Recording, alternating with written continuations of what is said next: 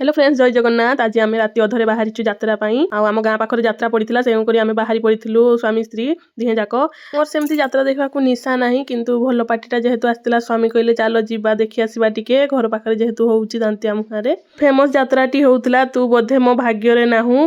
पूरा 2 दिन आगु टिकट सेल सरी जाइथिला। मु भाविली जाए टे देखी आसे केमिति हे यात्रा तो आसिक पहुंची गलु यात्रा पेंडेल पाखे मो जा मध्य जाइथिला आम सहित। यात्रा पार्टीर ना हेउची कोणार्क गणनाट्य। आपण देखुथिबे केते भीड़ 2000 पाखापाखी लोक हेइथिले।